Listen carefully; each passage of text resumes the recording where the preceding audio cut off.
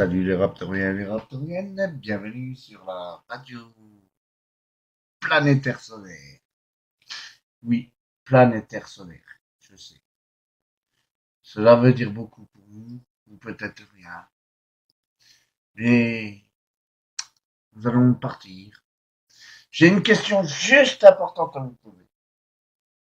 Selon vous, quel est l'âge? Allez, on va dire à 0,1 million d'années, 1 milliard d'années.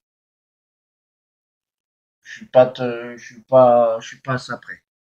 Quel est l'âge du système solaire? Du soleil, en particulier.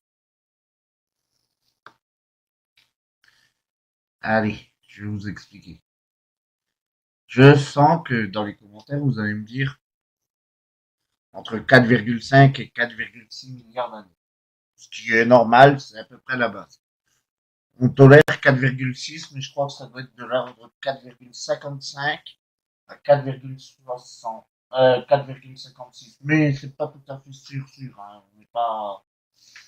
On n'est pas astrophysicien théoriquement connu pour le monde, hein. Mais voilà, c'est à peu près ça que c'est à peu près. Donc si on va se baser sur 4,55 milliards d'années, on va nommer la naissance du Soleil l'an zéro. D'accord? Donc nous allons voir avant ce qui s'est passé. Je lis la fresque. L'an zéro pour la naissance du Soleil. Mais le Soleil, lui, vient d'où?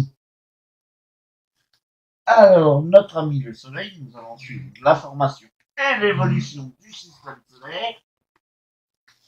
Mais commençons par le commencement. Les nébuleuses présolaires. Les nébuleuses présolaires sont généralement, de base, toutes les étoiles naissent dans une nurserie d'étoiles. Lol. Je sais, vous allez rigoler, mais dans les nurseries d'étoiles, donc il faut ça se passe 1 milliard d'années encore avant que Pépère, l'étoile qui brille là-haut, nous rayonne de sa couleur. Et, voilà, j'ai bug. Nous rayonne de sa couleur et de sa lumière luminescente. Je sais. Dans les nurseries, on va produire beaucoup d'étoiles rouges, des géantes rouges. C'est ce que le Soleil deviendra plus tard, mais pour l'instant, on n'y est pas encore. On en est même très très loin, hein. Les géantes rouges, eh ben, elles vont se disloquer de la nurserie, elles vont aller se balader dans les bras des galaxies pour nous faire,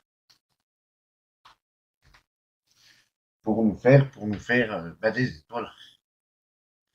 Alors, selon l'hypothèse de la nébuleuse présolaire, donc on en est déjà à la compression. La nébuleuse présolaire, c'est en fait tout l'élément entre la nurserie et la création du Soleil, du système solaire, la formation, ce que vous voulez. Voilà.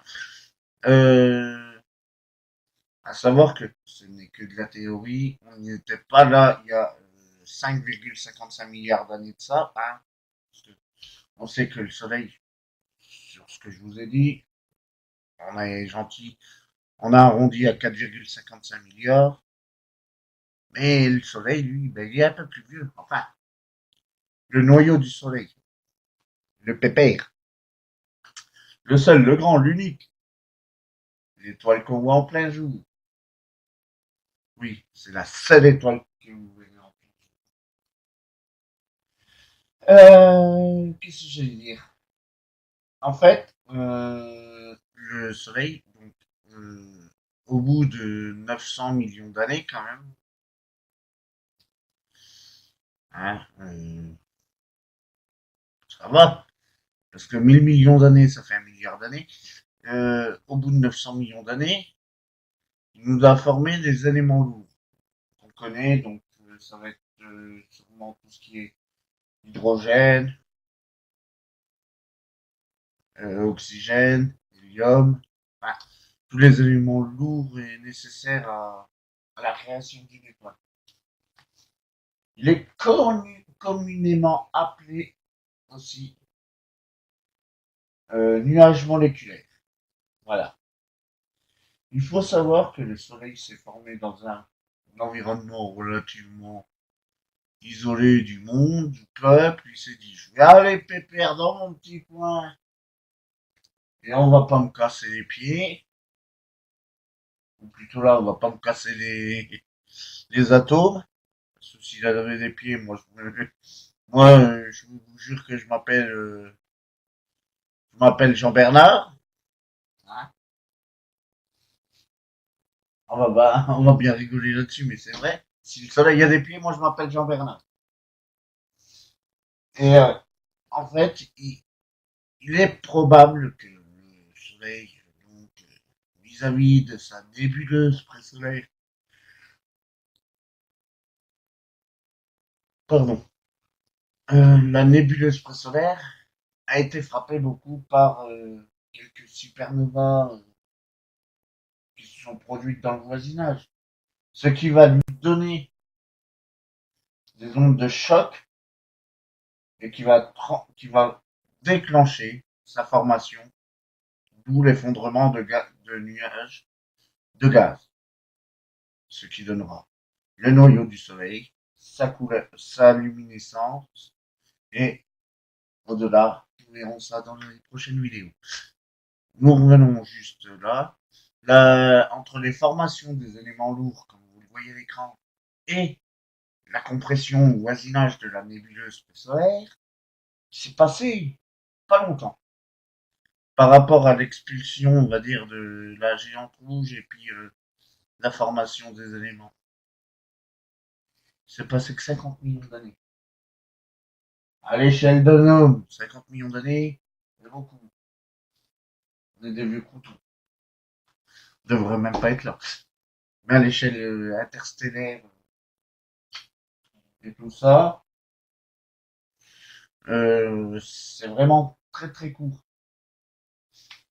Faut savoir que nous, enfin, les astrophysiciens sont montés grâce à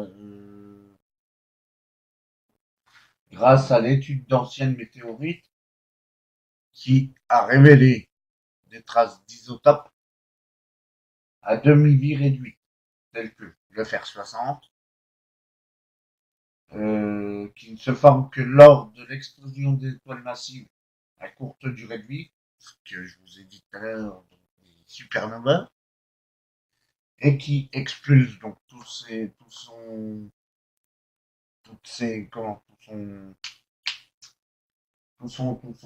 matériau dans le vide interstellaire, intersidéral, et quand une jeune étoile comme le Soleil qui va bientôt naître est sur le point de se former, il capture tous les éléments qu'il peut, l'hydrogène, le carbone, l'oxygène, l'hélium. Enfin, je vais pas vous en dire plus. Après, je suis pas trop scientifique là-dessus.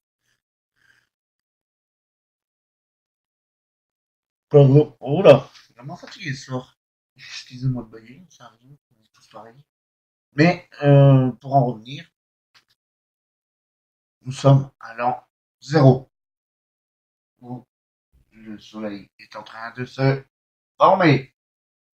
Et vous saurez la suite dans le prochain épisode avec votre ami Raptor. Merci, au revoir et à demain. Et bisous.